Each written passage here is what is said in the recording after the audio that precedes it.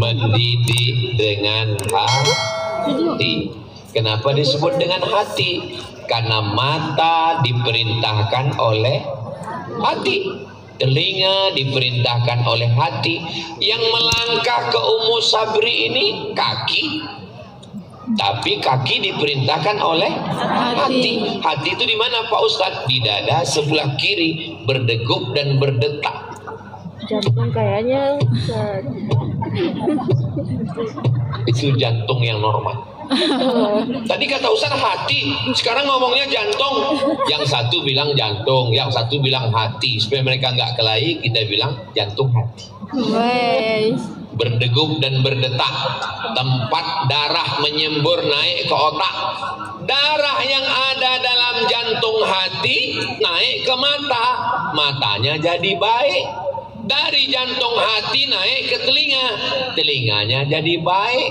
Dari jantung hati naik ke otak, otaknya jadi baik. Bapak Ibu hafal semua ayatnya. Nasiyatin kadzibatin khati'ah.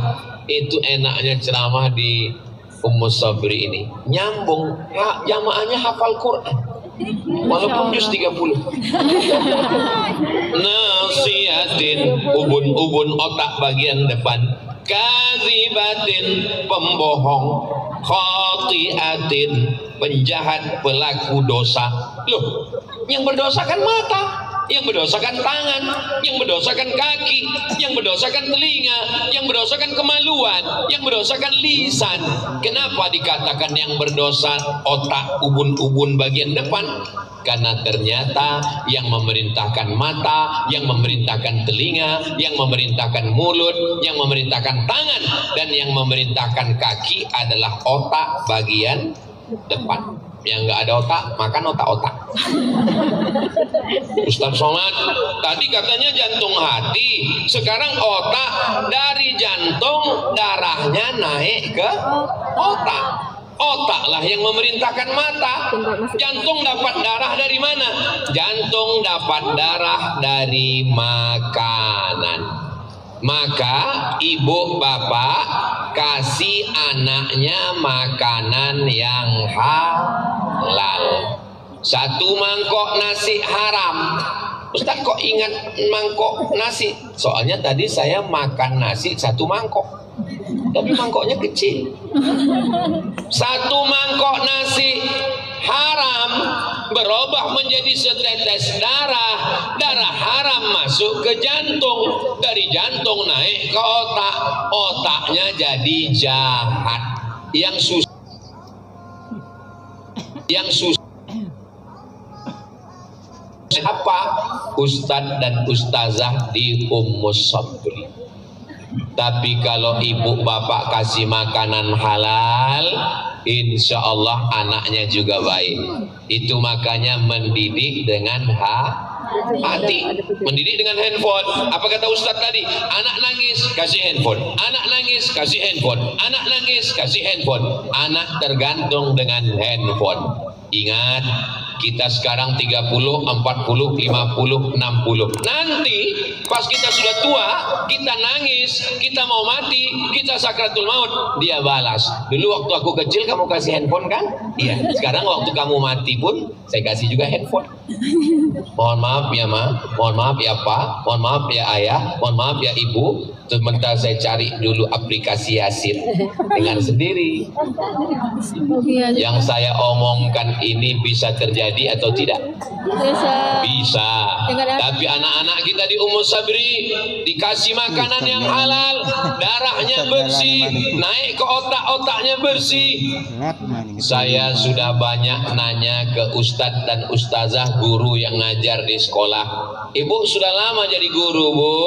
Sudah 40 tahun Ustadz Somad. Gimana rasanya ngajar? Ada anak-anak itu yang susah sekali ngajarnya Pak Ustadz. Nggak tahu entah dikasih makan apa di rumah. Makanannya tetap nasi, makanannya tetap cumi, makanannya tetap kepiting. makanannya tetap ikan, tapi dikasih dari uang yang haram. Itu mengapa pesan Allah dalam Al-Quran, kulu, makanlah min thayyibat, yang baik-baik saja. Saya yakin dan percaya ini yang hadir ini semua makanannya baik-baik. Amin. Kalau nggak baik, nggak mungkin dia mau melangkahkan kaki datang. Bapak Wakil Gubernur di tengah kesibukan hadir. Bapak-bapak yang diminta untuk mewakili hadir karena satu dan lain hal, karena kesibukan. Adapun yang lalu-lalu mungkin kita punya dosa, pernah makan haram. Mudah-mudahan Allah mengampunkan semua dosa-dosa kita, insya Allah. Allah kayak bersih aja Ustaz Somad itu ngomong. Memangnya Ustaz nggak pernah makan haram? Pernah. Hah? Ustaz pernah makan haram? Kapan Ustaz? Waktu siang bulan puasa nggak puasa? Masa Ustaz Somad pernah nggak puasa? Dulu waktu masih sekolah saya puasa, datang kawan saya ngajak makan siang, Mat. Saya bilang haram. Ini ada soto. Oke. Pengaruh teman, pengaruh kawan di luar sana luar biasa. Tapi di Ummus Sabri temannya baik-baik. Tapi kami jauh dari kota Kendari, Ustadz. Kami di provinsi, kami jauh. Kami di kabupaten kota. Enggak ada halangan, karena di sini ada asrama. Di sini ada boarding, di sini ada pesantren yang kebetulan rumahnya di Kendari, antar pagi pulang sore. Alhamdulillah Pak Ustadz, anaknya sudah baik, anaknya baca Quran, anaknya udah sholat. Yang jadi masalah ini Pak Ustadz, siapa Bu? Suami saya. Mudah-mudahan nanti Ummus Sabri juga membuka pesantren khusus untuk bapak-bapak. Namanya Abu Sabri. Di belakang. Jadi bapak-bapak yang nggak sholat, yang nakal, yang mancing nggak pulang-pulang, mancing keributan, nah itu diserahkan di sini. Namanya pesantren kilat hari Sabtu dan Ahad. Ibu setuju? Setuju mereka Ustaz. Berarti ada peluang. Saudara yang dimuliakan Allah Subhanahu wa taala. Jadi mendidik dengan hati ini kita mesti kerjasama dengan baik. Bapak ibunya di rumah kasih makanan halal, gurunya di Ummus Sabri mendidik dengan tenang. Bapak nggak bisa bayar anak-anak ini dengan duit lalu katakan ke guru, wahai guru, didik anak saya gaji kamu. Oh, tidak begitu guys. Guru bukan pegawai laundry, guru bukan pegawai kebersihan, guru bukan pegawai karyawan yang digaji. Guru adalah orang mulia yang Bapak Ibu bayar tiap bulan itu bukan ilmunya, bukan perhatiannya, bukan tetes peluk keringat air matanya, bukan doanya saat mengajar anak ibu, tapi waktunya. Sebetulnya ustadz dan ustazah, bapak ibu guru ini bisa ke laut, bisa nanam sawit, bisa bisnis, tapi karena dia punya jiwa mendidik, maka dari pagi, siang, petang dia didik anak bapak ibu. Waktunya itulah yang dibayar sebagai kompensasi. Ini keyakinan yang mesti diluruskan di kepala orang tua. Jadi sekarang banyak orang tua mentang-mentang dia kaya, mentang-mentang duitnya banyak, mentang-mentang dia pejabat, lalu enaknya saja datang. Mana guru kamu? Mana? Oh, tidak begitu. Saya tidak sanggup mendidik anak saya sibuk, saya jauh, maka saya serahkan ke lembaga pendidikan. Assalamualaikum Ustaz, ini anak saya namanya Mizian Hazik Abdillah, ini anak saya namanya Sami Ahmad Mesbahi Ibadillah, tolong didik mereka ya. Guru bukan lawan, guru bukan musuh, guru adalah partner yang menolong kita Bapak Ibu. Aku tidak sanggup mendidik anakku Pak, tapi Ustaz Somad kan Ustadz. Iya, tapi saya spesialis tablik akbar. Ini anakku ini mesti dididik dengan baik. Akhirnya anak saya dididik di sekolah dengan baik. Lalu kemudian weekend akhir pekan saya panggil, Azik baca surat-surat pendek.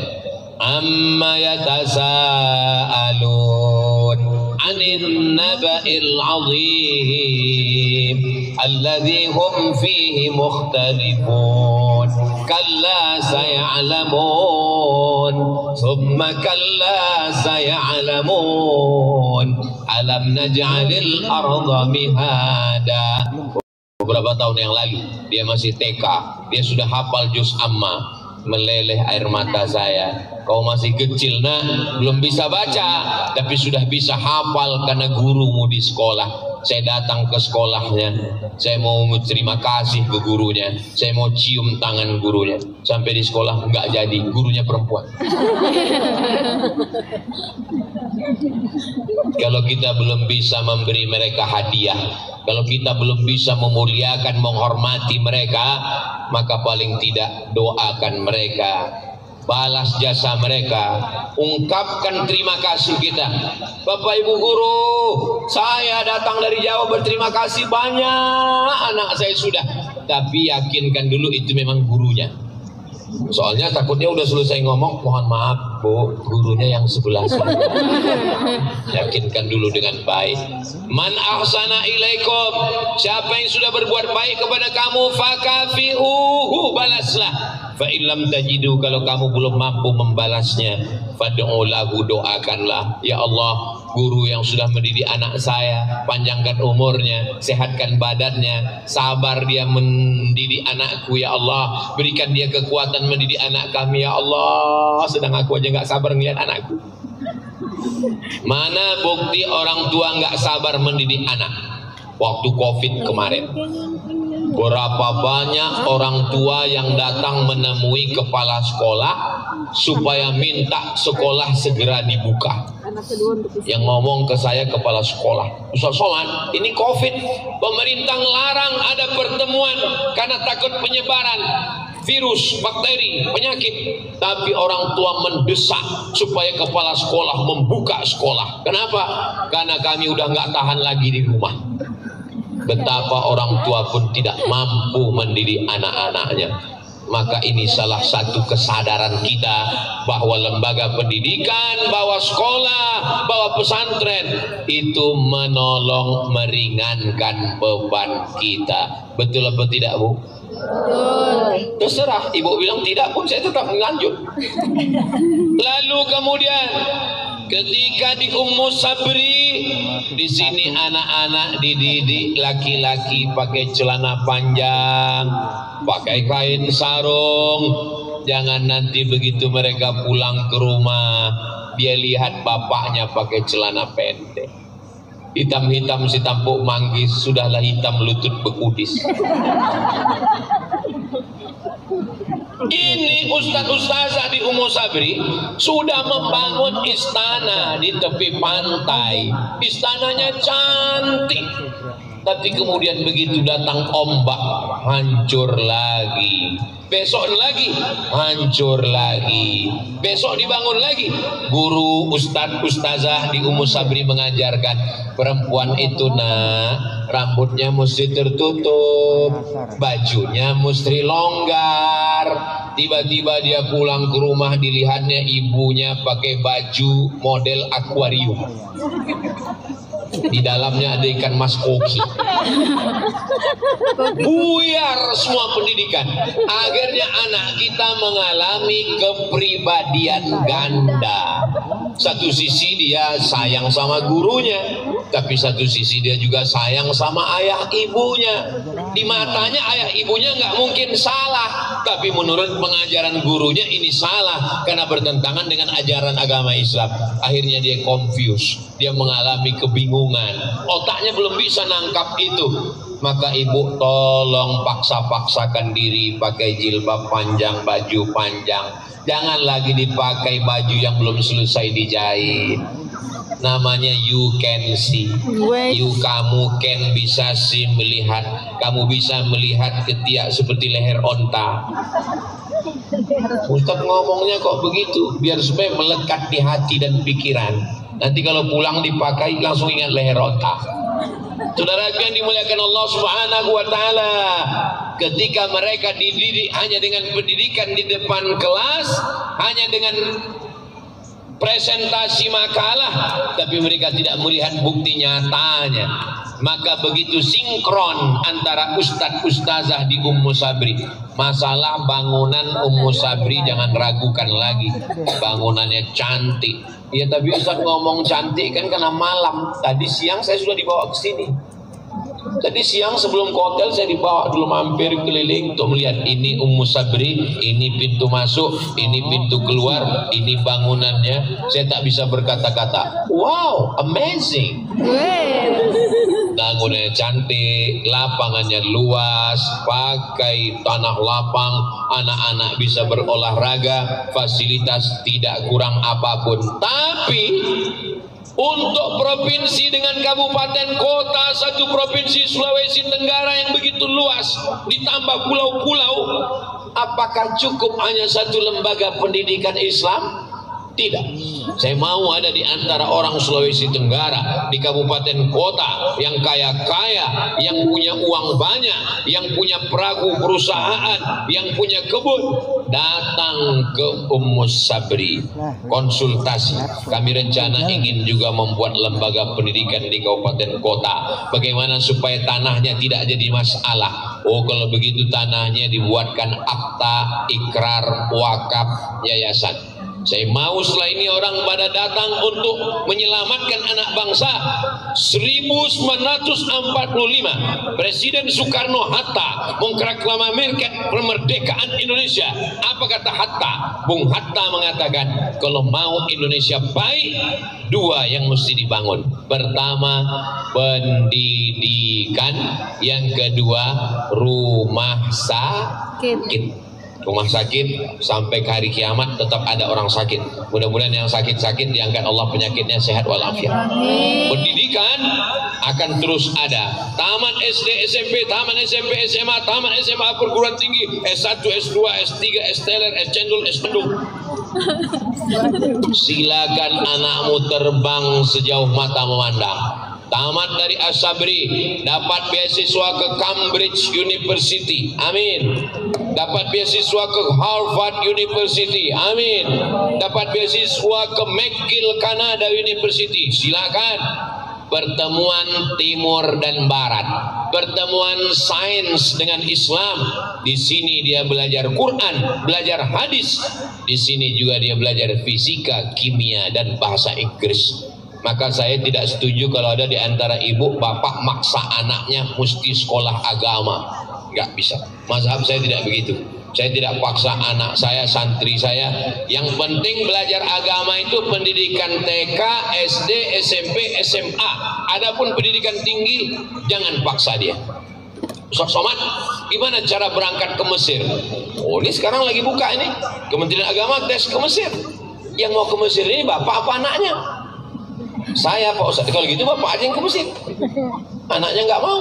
Anak nggak mau dipaksa juga berangkat. Akhirnya anaknya berangkat pulang. Dia nggak jadi ustaz, jadi Fir'aun. Orang dia nggak mau. Sampai di sana dia belajar kepada Fir'aun aja. Tapi kalau anaknya yang mau, terus Ustaz Somad dulu, memang saya yang mau. Saya nyari informasi, saya ikut tes, saya dapat beasiswa, 98 saya berangkat, 2002 saya pulang, 2003 saya ke Malaysia, 2004 saya ke Maroko, 2006 saya tamat, 2007 saya ke Brunei, 2008 saya PNS, 2017 saya daftar S3 ke Sudan, 2019 saya doktor, 2020 profesor di Brunei. Memang keinginan saya. Jadi kalau anaknya mau, support silakan. Anak-anaknya sudah siap.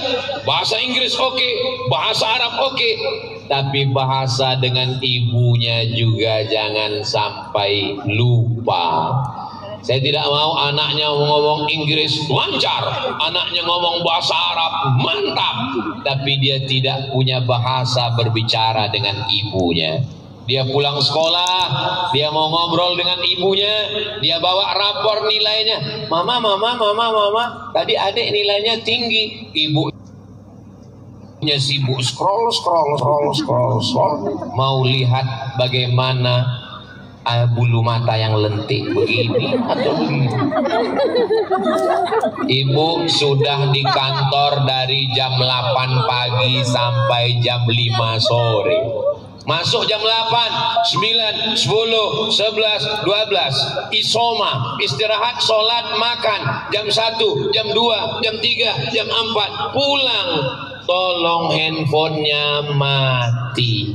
Tolonglah dengan keluarga.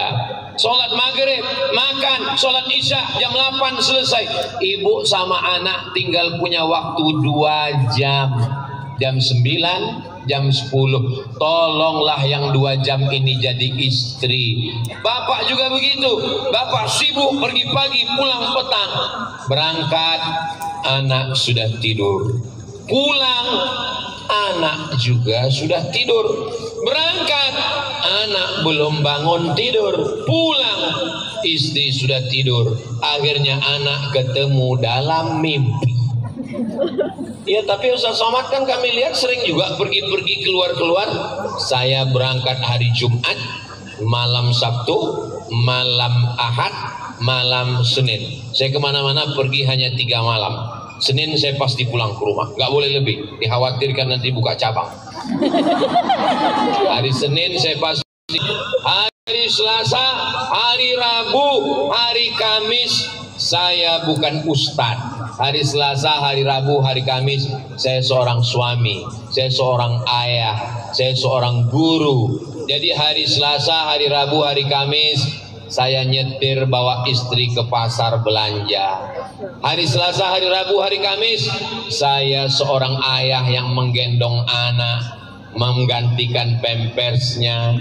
Saya hari Selasa, hari Rabu, hari Kamis adalah seorang guru di pondok yang ngajar. Hari Selasa, hari Rabu, hari Kamis saya adalah seorang suami dan seorang ayah yang menggendong menenteng anak, membawa jalan-jalan ke mall, ngawal anak main-main. Gak mungkin juga Selasa, Rabu, Kamis saya jadi ustadz lalu anak saya datang, ya ayyuhalladzina amanu. Kapan lagi dia merasakan punya ayah? Kapan lagi dia merasakan sosok seorang ayah? Kapan istri saya merasakan mendapatkan kasih sayang seorang suami? Maka saya katakan ke istri saya, aku ini seperti kain pendek.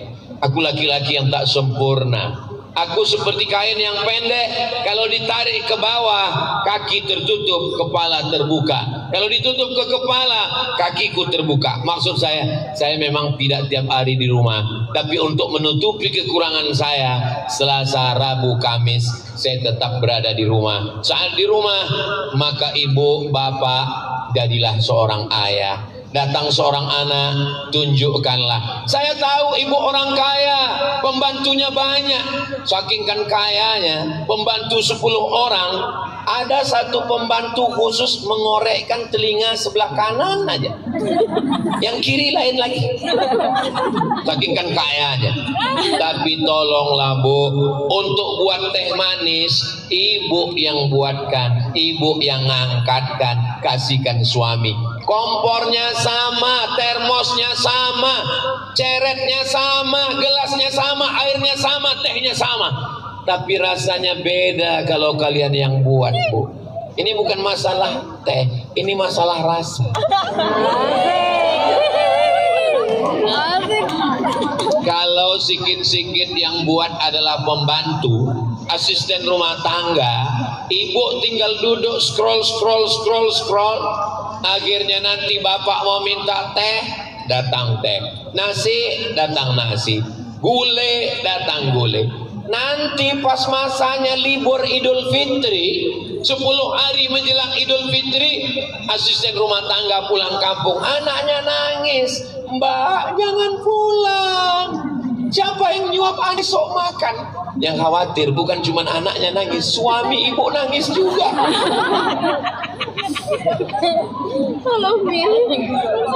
Allahumma sholli ala sayyidina Muhammad wa ashghilil zalimin bizalimin wa akhrijna min bainihim salimin.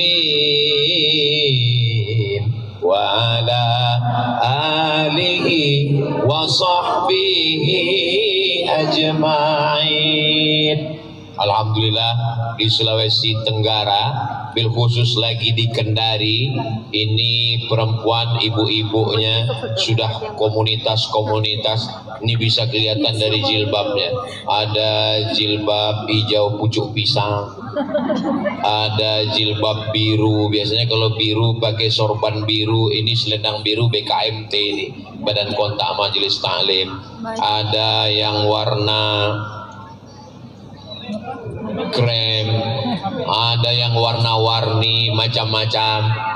Di rumah saya setiap sore Jumat habis asar itu memang ada, saya khususkan wirid Yasin. Habis asar waktu mustajab berdoa kumpul ibu-ibu, tapi memang tidak pakai seragam. Di tempat saya masyarakatnya menengah ke bawah, saya tinggal di pemukiman masyarakat yang biasa-biasa saja. Jadi memang saya tidak buat seragam karena saya khawatir yang nggak punya duit beli seragam, khawatir dia nggak datang. Tapi ibu yang sudah punya seragam, mantap, teruskan. Nah, langsung sorban saya jatuh karena cerita seragam.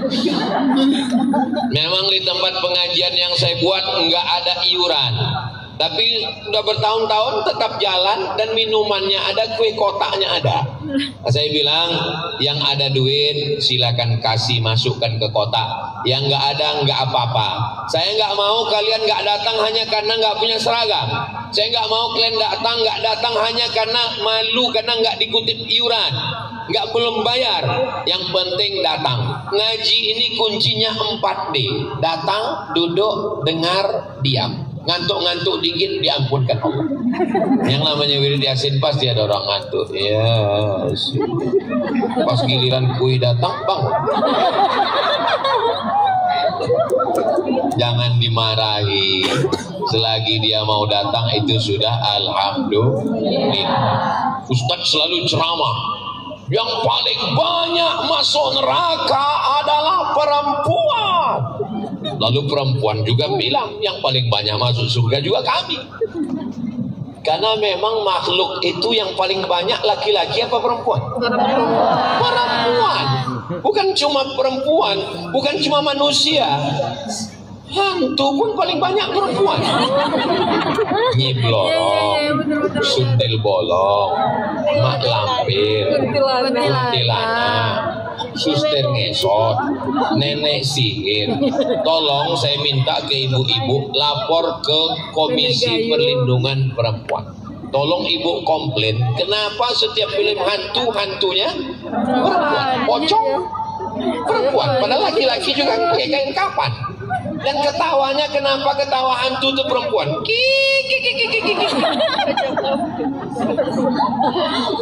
Tapi yang paling banyak sakit kepala laki-laki. Coba nanti buka di internet iklan sakit kepala. Banyak laki-laki. Dan menurut sensus yang paling banyak gila laki-laki. Jadi intinya tolong tenangkan dulu, bahwa sehebat apapun laki-laki, semantap apapun karirnya, di balik laki-laki yang hebat ada dua perempuan yang luar biasa, ibu dan istri. Ini di atas ini laki-laki hebat semuanya dilahirkan oleh perempuan. Ada yang dilahirkan bencong? Gak ada. Maka didik, ibu punya anak perempuan, didik dia menjadi perempuan yang baik-baik. Kalau perempuan itu baik, saya ceramah ini malam ini aja, malam ini yang menguasai medan lapangan ini laki-laki apa perempuan? Perempuan. Ustadz yang dikasih pentas khusus. Ini kami laki-laki malam ini kaum minoritas ini. Saudara yang dimuliakan Allah Subhanahu wa taala. Makanya saya buat pondok pesantren perempuan. Namanya Ma'had Az-Zahra perempuan. Yang laki-laki namanya Nurul Azhar. Ditanya orang, "Kenapa Ustaz buat perempuan?" Karena kalau perempuan baik, dia akan melahirkan anak yang baik, menantunya jadi baik, cucunya jadi baik, suaminya jadi baik. Suami yang nakal, penjahat, koruptor, minum khamar, sabu-sabu, tapi begitu dia taubat, saya datang ke rumahnya, setiap ulama-ulama yang datang dijamu, lalu dia ngomong, "Ustadz Somad, saya ini dulu orangnya tidak baik Ustadz." Dalam hati saya, Bapak nggak ngomong, saya udah tahu. Tapi saya menjadi baik ini Pak Ustadz. Dalam hati saya, ini jangan-jangan dia jadi baik karena dengar ceramah Ustadz Somad ini. Saya ini bertaubat Pak Ustadz. Ya, saya sudah tahu jawabannya, pasti karena ceramah TikTok Ustadz Somad kan. Saya ini jadi baik sekarang Pak Ustadz karena istri saya. Oh, bukan karena saya. Istri Bapak ustazah? Enggak, istri saya perempuan biasa. Tapi kalimat dia masuk ke hati saya Pak Ustadz, masuk ke pikiran saya Pak Ustadz. Memangnya istri Bapak ngomong apa? Dia ngomong nggak banyak-banyak Pak Ustadz. Dia cuma ngomong 5 kata. "Nanti kalau abang mati gimana?" Nggak ada dia ceramah sampai 1 jam tabligh akbar pakai pentas, pakai sound system, nggak ada. Ngomong cuma 5 kata.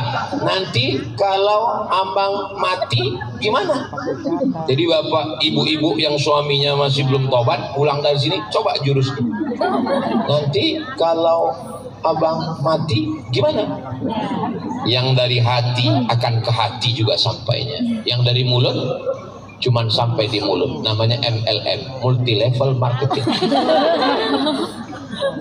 Apakah yang saya omongin selama 1 jam ini sampai ke hati? Alhamdulillah. Tadi saya maju jam 9, jam 8 lewat 10. Saya belum ada ngeliat jam selama ceramah ini, tapi terasa semut kayak sudah naik ke atas. Maka saya lihat jam, rupanya sekarang sudah jam 9 lewat 10. Rupanya saya sudah berdiri 1 jam. Di mana-mana saya tausiah 1 jam, tapi di Ummus Sabri ini lebih karena saya kemari tidak lewat 3 tahun. Jadi saya lebihkan 1 jam 5 menit.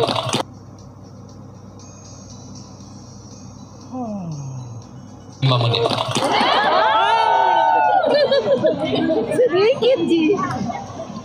Anak-anak kita perlu teladan.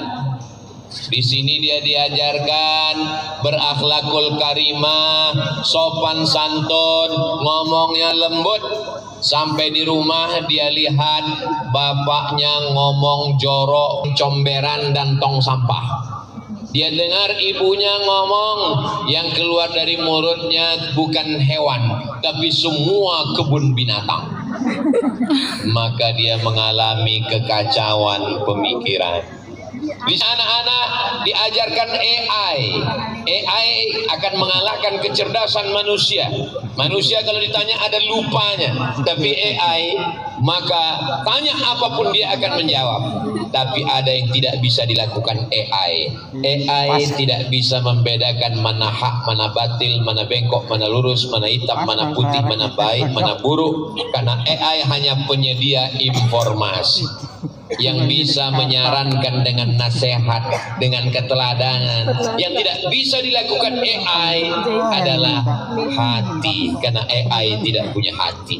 Jadi kalau ibu tidak mendidik dengan hati, ibu tidak punya hati, nanti ibu dipanggil oleh anaknya, "Hai mama AI." Suami kalau dia tidak punya hati, suami AI. Karena memang kita sekarang semuanya internet, semuanya online. Ngaji online, pinjaman online, game online, judi online, istri online, tapi nerakanya offline. Makanya malam ini jamaah ini hadir. Selama 3 tahun ini kami online Ustadz. Kami nonton ceramah Ustadz di channel Ustadz Abdul Somad Official. Subscribe, like, share, and comment. Malam ini kami mau offline. Tadi begitu pesawat landing, lalu kemudian saya lihat di kaca ada percikan hujan. Saya lihat langit mendung gelap. Saya tanya Ustadz, nanti malam kita di mana Ustadz? Di tanah lapang Ustadz Somad. Innalillahi wa inna ilaihi raji'un. Tapi waktu tadi sore dibawa, oh masjidnya besar. Berarti nanti malam kalau hujan bisa pindah ke masjid. Suasana hati tenang. Rupanya doa orang yang soleh dan solehah, walaupun tidak ada bintang, gelap, hujan tertahan. Begitulah kabulnya doa jamaah malam hari. Maka apa maksudnya? Manfaatkan lisan yang terkabul doa untuk mendoakan anak-anak. Sholat hajat. Sholat hajat tidak mesti malam. Sholat hajat bisa setelah sholat duha. Sholat hajat bisa setelah sholat isyraq. Sholat hajat bisa setelah sholat zuhur. Sholat hajat bisa setelah tahajud malam. Bagi yang pakai usolli sunnatal hajat. Bagi yang nggak pakai usolli, nggak pakai usolli. Allah Akbar. Jangan kelahi masalah usolli nggak usolli. Ini ikhtilaf antar ulama. Yang penting substansinya berdoa. Tapi berdoa baca Quran bagus. Berdoa habis baca Yasin bagus. Yang paling bagus adalah berdoa setelah selesai sholat hajat. Ayatnya Pak Ustaz? Saya kalau setiap menjelaskan sholat pasti jamaah nanya, ayatnya Pak Ustaz? Kayak banyak hafalan aja. Ya kulhu itu apalagi. Kulhu Allahu ahad. Nah, di sujud terakhir minta sama Allah. Tapi saya nggak bisa bahasa Arab Pak Ustaz. Yang nggak bisa bahasa Arab mintanya dalam hati pakai bahasa masing-masing. Selamatkan anakku dari narkoba, selamatkan anakku dari playboy cap tupai, selamatkan anakku dari lem kambing, selamatkan dia ya Allah, bukakan pintu hatinya belajar ya Allah. Di sujud terakhir setelah salam minta lagi sama Allah. Al-Fatihah artinya membuka pintu hati yang terkunci, membuka pintu pikiran menerima pelajaran. Bacakan, ya Allah bukakan pintu hati anakku Al-Fatihah, bukakan pikirannya Al-Fatihah, selamatkan dari perbuatan aniaya zalim Al-Fatihah, jangan sampai dia membuli teman-temannya Al-Fatihah, buat guru-gurunya sayang mendidik dia Al-Fatihah. Berapa kali Pak Ustaz? Sebanyak-banyaknya. Karena mulut lisan membaca subhanallah, alhamdulillah, la ilaha illallah, Allahu akbar. Tapi kalau anaknya nanti libur sekolah, ini nanti habis ujian semester pulang, diminta ngasih kultum, ngomong bahasa Inggris di masjid, orang nanya, itu anak ibu ya? Iya. Yang di Ummu Sabri, betul. Hebat ya anak ibu. Siapa dulu mamanya? Jangan sombong, jangan angkuh, segera balikkan kepada Allah. Subhanallah walhamdulillah wala ilaha illallah wallahu akbar wala haula wala quwwata illa billahil aliyyil azim. Jangan sampai kita merasa anak saya karena saya, enggak, semuanya karena Allah. Hebat anaknya ya, bahasa Inggrisnya pakai standar kurikulum Cambridge. Alhamdulillah. Ini anak ibu, alhamdulillah. Ini suami, innalillah. Saudara yang dimuliakan Allah Subhanahu wa taala, salah satu sebab ain diambil dari kata mata. Gara-gara mata melihat, muncul hasad dan dengki, datang setan menghampiri, itulah terkena penyakit. Maka semuanya balikkan kepada Allah. Alhamdulillah, masya Allah, tabarakallah. Yayasan Ummu Sabri sudah berbuat. Ustadz dan ustazahnya sudah mendidik. Bapak ibu wali muridnya sudah melakukan. Tapi ada orang yang mungkin tidak berkecimpung di bidang pendidikan. Mereka tidak mengajar, mereka tidak ceramah, mereka tidak tabligh akbar, mereka tidak hafal Quran, mereka tidak dengan ayat, mereka tidak dengan hadis, tapi mereka menolong agama dengan tanda tangannya. Mahasiswa yang berhasil TOEFL, Test of English Foreign Language, yang berhasil TOEFL, Test of Arabic Foreign Language, kasih beasiswa ke Al-Azhar Kairo Mesir. Bisa atau nggak bisa? Bisa. Ustadz Abdul Somad dulu waktu ke Mesir 98 itu dapat beasiswa, ya. Dapat beasiswa dari mana? Dari Al-Azhar Mesir. Ustadz nggak ada buat proposal? Ada. Saya buat proposal ke bupati, ke wali kota, ke gubernur, saya kirim. Satu pun nggak ada yang membalas. La salam wala kalam. Apakah lalu karena nggak dibalas lalu saya nggak berhasil kuliah? Saya S1 Al-Azhar, saya S2 Darul Hadis Maroko, saya S3 Omdurman Islamic University Sudan, saya profesor dari Universitas Islam Sultan Syarif Ali Brunei Darussalam. Saya tetap sekolah. Andailah dulu mereka membalas surat saya itu, lalu dibelikan mereka saya tiket, mungkin malam ini mereka dapat aliran pahala di kubur mereka. Tapi memang dasar mereka nggak mau dapat pahala, juga dia nggak ngasih saya beasiswa. Ustaz sakit hati, saya enggak, cuman ingat aja. Maka saya balaskan sakit hati saya. Dimanapun saya ceramah, selalu saya sampaikan, bupati, wali kota, gubernur, pejabat, siapapun, mumpung tanda tangan masih ada, mumpung masih ada kuasa, pakai untuk menolong agama Allah. Takbir. Memangnya kalau anak-anak Kendari, anak Sulawesi Tenggara belajar ke Al-Azhar Kairo Mesir, pulang jadi ulama, ada untungnya bagi saya? Enggak ada. Tapi saya dapat amal jariah sampai hari kiamat. Ibu setuju? Dari bunyinya kayaknya enggak setuju. Sebelum saya berangkat, almarhumah mak saya dipanggil ke Masjid Agung. Mak, ini ada yang balas mak. Datang mak saya ke Masjid Agung. Pulang dari Masjid Agung dia bawa, alhamdulillah kau dapat bantuan ke Mesir. Berapa mak? Buka 200.000 rupiah. Waktu itu 98 dolar sedang melambung krisis moneter.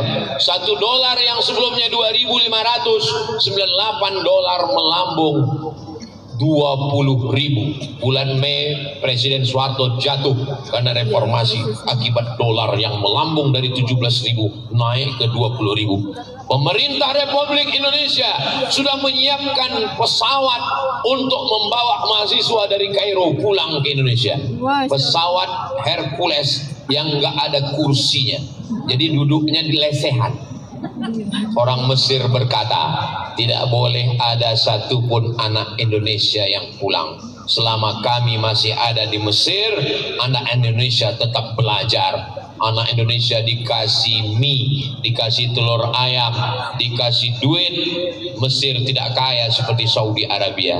Mesir miskin, susah, tapi kepedulian mereka luar biasa. Sampai saya pulang 2002, anak Indonesia tetap dapat. Kami menyewa rumah orang Kristen Ortodok Koptik. Nama tuan rumahnya Baba Yosef Hana. Baba Yosef Hana kena penyakit kanker. Lalu kemudian kata Baba Yosef Hana, Abdul, saya naikkan sewa rumah karena saya kena kanker. Saya bilang ke Baba Yosef, kami pun juga kena kanker, kantong kering. Bapak kami di Indonesia sedang kena krisis moneter. Kalau Baba naikkan sewa rumah, kami akan pindah. Baba Yosef lama terdiam. Habis itu dia pergi. Kami cemas. 2 hari setelah itu dia datang, sewa rumah nggak jadi naik. Kami bertahan sampai saya pulang 2002 bulan November.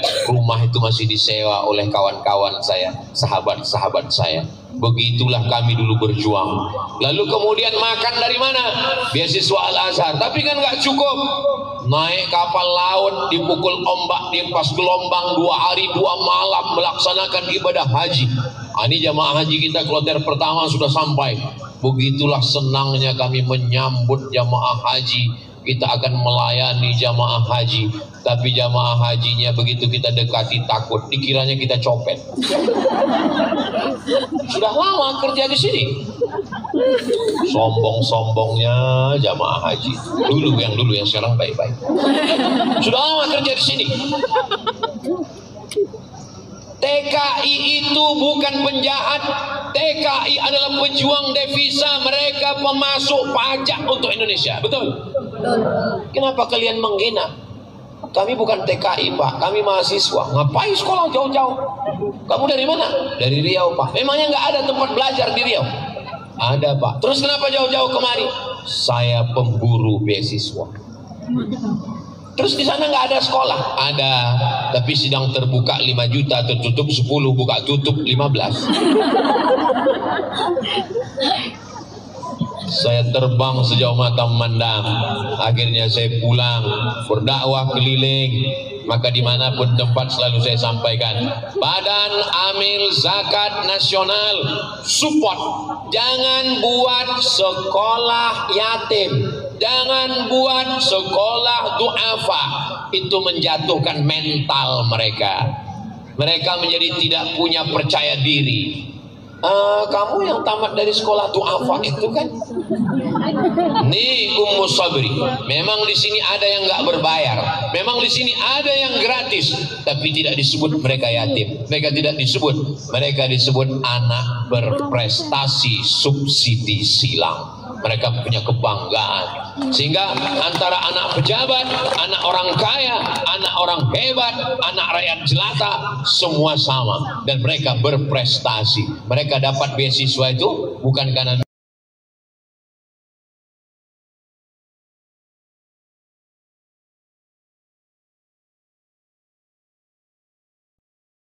sekolah yatim, sekolah duafa. Pulang mereka kuliah, mereka mau minang anak ibu. Gak usah nak ya. Kenapa? Ini alumni duafa. Tapi kalau ditanya, kamu dulu? Saya dari Ummu Sabri. Tapi kami termasuk program yang berprestasi. Dia pede, dia punya kebanggaan. Nanti anak bapak ibu yang sudah jadi orang-orang hebat akan mengadakan reuni akbar Ummu Sabri tahun 2000. Sekarang saya kemari 2025. Mereka mengadakan reuni 2035, 2045, 2055. 2055 reuni akbar Ummu Sabri. Datang semua. Waktu itu ibu-ibu udah meninggal. Saya masih ada. Coba kita mikirnya jangan sekarang, tapi mikirnya 2035, 2045, 2055. Ibu semua mendapatkan amal jariah karena anak ibu soleh dan solehah. Bapak Kapolda, Bapak Danrem, Bapak Gubernur, Wakil Gubernur, Bupati, Wali Kota, ketika 2055 ada yang sudah pensiun, ada yang sudah meninggal, tapi mereka mendapatkan amal jariah karena mereka membangun masjid, mereka membangun sekolah, mereka menyediakan beasiswa. Harimau mati meninggalkan belang, gajah mati meninggalkan gading, manusia mati meninggalkan kredit. Manusia mati meninggalkan legasi, meninggalkan amal jariah. Saya tidak ada niat apa-apa. Saya cuma kita mau ada yang saya sampaikan. Jangan sampai nanti ketika orang meninggal dunia ditanya Allah, ada kamu bangun sekolah, ada kamu wakafkan tanah, ada kamu beri beasiswa? Enggak ada, karena sibuk mengurus negara. Kenapa kamu tidak buat? Karena Ustaz Somad tidak pernah mengingatkan kami. Lalu saya ditanya, Abdul Somad, kenapa kau tidak pernah mengingatkan? Karena aku takut mereka tersinggung. Saya sampaikan apa yang ada di mulut saya, apa yang ada di hati saya. Niat saya tidak banyak, supaya kita semuanya mendapatkan amal jariah, insyaallah. Amin ya rabbal alamin. Itulah yang dapat saya sampaikan pada malam yang penuh dengan kebahagiaan. Sekarang sudah jam 9:30, sudah lewat 1 jam. Itulah hadiah 3 tahun kedatangan ke Kendari. Di akhir majelis mari kita sama berdoa, mudah-mudahan anak-anak kita, anak-anak yang soleh solehah penghafal Quran mujahid fisabilillah, mudah-mudahan Kendari Sulawesi Tenggara dijaga Allah baldatun thayyibatun wa rabbun ghafur. Mudah-mudahan Bapak Ibu semua diberikan Allah kebaikan, kebahagiaan, husnul khatimah, dan kita semua nanti bersama dengan Rasulullah sallallahu alaihi wasallam di surga Jannatul Firdaus. Ala hazihin niyah, untuk niat yang baik-baik ini. Al-Fatihah. A'udzubillahi minasyaitonir rajim. Bismillahirrahmanirrahim. Alhamdulillahi rabbil alamin. Arrahmanir rahim. Maliki yaumiddin. Iyyaka na'budu wa iyyaka nasta'in. Ihdinas siratal mustaqim. Siratal ladzina an'amta 'alaihim ghairil maghdubi 'alaihim waladdallin. Amin. Allahumma anzilir rahmata wassalamata wal barakata ala hadhil jamaah. Ya Allah, turunkan keselamatan, kerahmatan, keberkahan kepada seluruh jamaah ini ya Allah. Allahumma ja'al abanana wa banatina minas salihin was salihat. Jadikan anak-anak kami menjadi anak-anak yang soleh dan solihah. Min hafizil Quran wal hafizat, menjadi para penghafal Quran. Minal mujahidina fi sabilika bi amwalihim wa anfusihim, mereka akan menolong agamamu dengan harta dan nyawa mereka. Mereka akan bangun di tengah malam melaksanakan tahajud dan mendoakan kami yang sudah terkubur di dalam tanah. Rabbighfirli wa liwalidayya warhamhuma kama rabbayana shaghira. Allahumma waffiq ulata umurina, Bapak Gubernur, Wakil Gubernur, Kepala Daerah kami, Bapak Kapolda, Bapak Danrem, Bapak Kajari, Bapak Kajati, semua orang-orang yang kau titipkan amanah, jadikan mereka orang yang adil, jadikan mereka menolong agamamu dengan ujung yang kau berikan di ujung jari mereka ya Allah. Allahumma matti'na bituli umuri ulama'ina, para ulama kami, tuan-tuan guru kami, panjangkan umur mereka, jadikan panjang umur itu menjadi berkah buat kami semua ya Allah. Allahumma ja'al hadzal balada baladan amina, jadikanlah Sulawesi Tenggara ini negeri yang aman, damai. Allahumma dafa'an al-ghala wal waba wal fahsya wal riba wal zina, selamatkan dari malapetaka, bencana, riba, zina, narkoba, perbuatan keji dan mungkar. Allahumma khtim bis salihati a'malana, tutup umur kami dengan husnul khatimah. Allahumma shfi mardana, saudara kami yang sakit angkat penyakitnya ya Allah.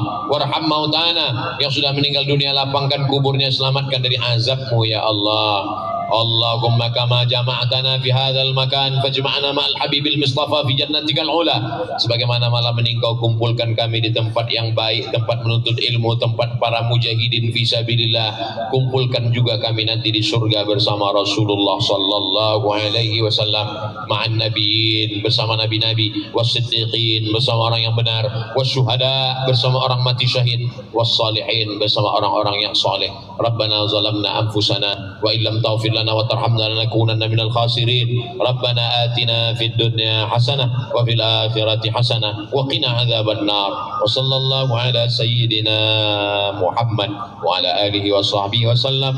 Walhamdulillahi rabbil alamin. Taqabbalallahu minkum minna minkum taqabbal ya karim. Terima kasih segala perhatian. Mohon maaf segala kesilapan dan kekhilafan. Saya tutup dengan pantun penutup. Menangkap puyuh di Bukit Selasih. Cakap. Thank you dan terima kasih. Assalamualaikum warahmatullahi wabarakatuh. Waalaikumsalam.